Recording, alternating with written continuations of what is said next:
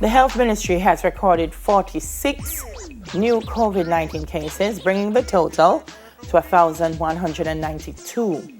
19 of the new cases are from backlog samples, 27 are recent.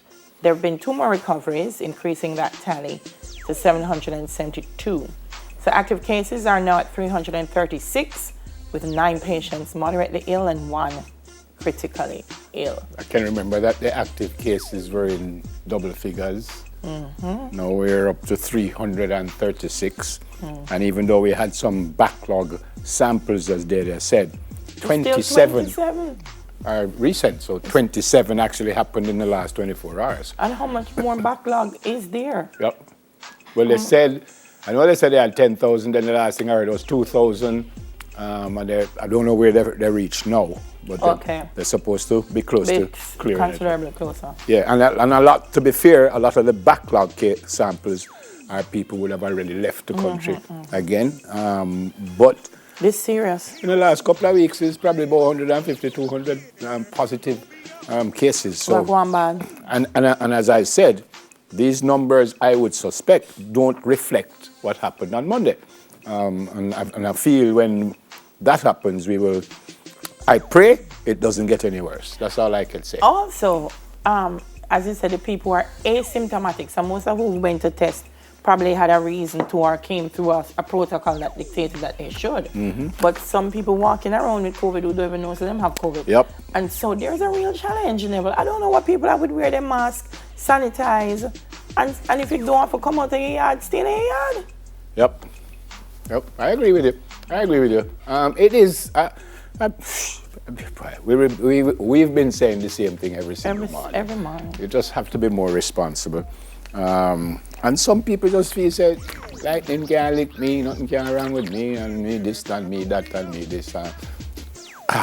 Incredible.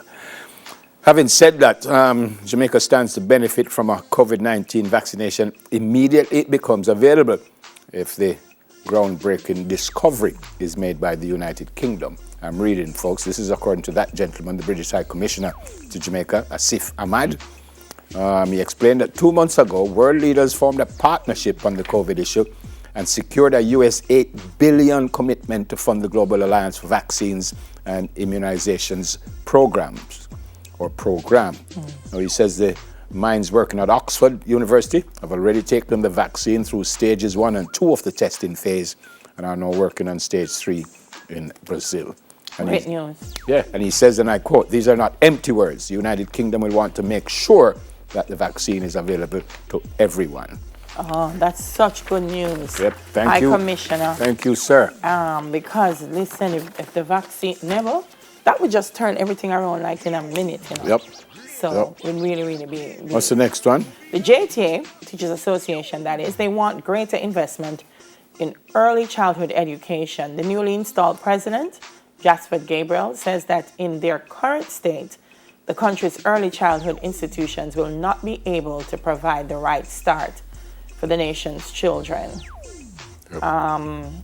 He says there's cause of concern as more than half of the recognized early childhood institutions island-wide are without trained teachers. I'm really surprised. I'm not saying he's lying because he must have his data.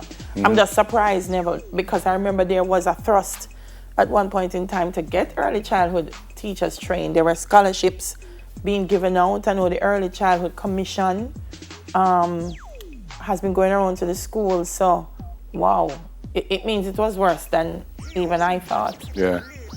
And so what was fixed, a lot more still needs fixing. Yeah. By the way, congrats to the new president and good luck, sir. Jasper Gabriel. It's a tough job, an important job. And I hope sooner than later we will get it right with our teachers and doctors and nurses and police officers and everybody. All right. And farewell to Mr. Speed as president. Yeah. By the way, correction, because I think I keep saying on Monday, but nomination day was on Tuesday, wasn't it? Oh. It was on Tuesday. So thanks, boss. My boss just corrected me just now. What's the next one? The shops of 2 Jamaica Labour Party operatives were set on fire in Maypen, Clarendon, and that would have happened late last evening. The incident is alleged to be politically motivated. It happened the Seven Roads shop in the PD of Clarendon Central. Sandra Mills owns the shop. It was destroyed, while council caretaker for the Maypen West Division, Lorraine Green Masons, was damaged. I wish we would just stop Green this. Mason says she knows the culprits and the incident was politically motivated. The claim was not confirmed by the Maypen police, who are now investigating. If it is in fact so, boy, I wish we would just stop this tribal politics thing. Vote for who you want to vote for, and we move on. I don't know. So you want to vote, you just vote. And I lived in an area that if you decided to support a candidate, they would actually put up pictures in the window. You know, you could see the pictures in the window, and the day after election, somebody say, you got your vote? And you say, yeah, well, congrats, so you move on. I mean, we're adults, and we are becoming well, let me not say it that way. Just do what you have to do and stop fighting. Because a lot of these people, you know, I was reading recently, almost in a fun way, that this husband was saying that his wife decides that she's going to change allegiance and go to another party. And him say, yeah, I don't know, I'm my wife still. She can vote over there, I vote over here. Nothing wrong with that, you know. Should have some interesting discussions around the dining table, but that's what we ought to do. We are mature people, and we've been going through this for many, many years. So choose your candidate, and good luck to you. Harry, I don't know if you can help me. This is really speaks to what Neville was just saying. Yeah, that's a brilliant picture. That is a brilliant It's the picture. front page of the Gleaner. And here we have That's a Opposition Leader brilliant Peter picture. Phillips. We have our Prime Minister. And I noticed, look at the fist and the other hand. That's interesting. Very playful. Yeah, man, lovely Very picture. playful. Lovely picture. Respectful. Lovely picture. Yes, we're on opposing sides, Yeah, but but- we can still love Yeah, and man. respect each other. Yeah, and man. if every person who comes under the leadership of these two men follow the example that's on the front page We of the have a Gleaner, problem. We won't have a problem.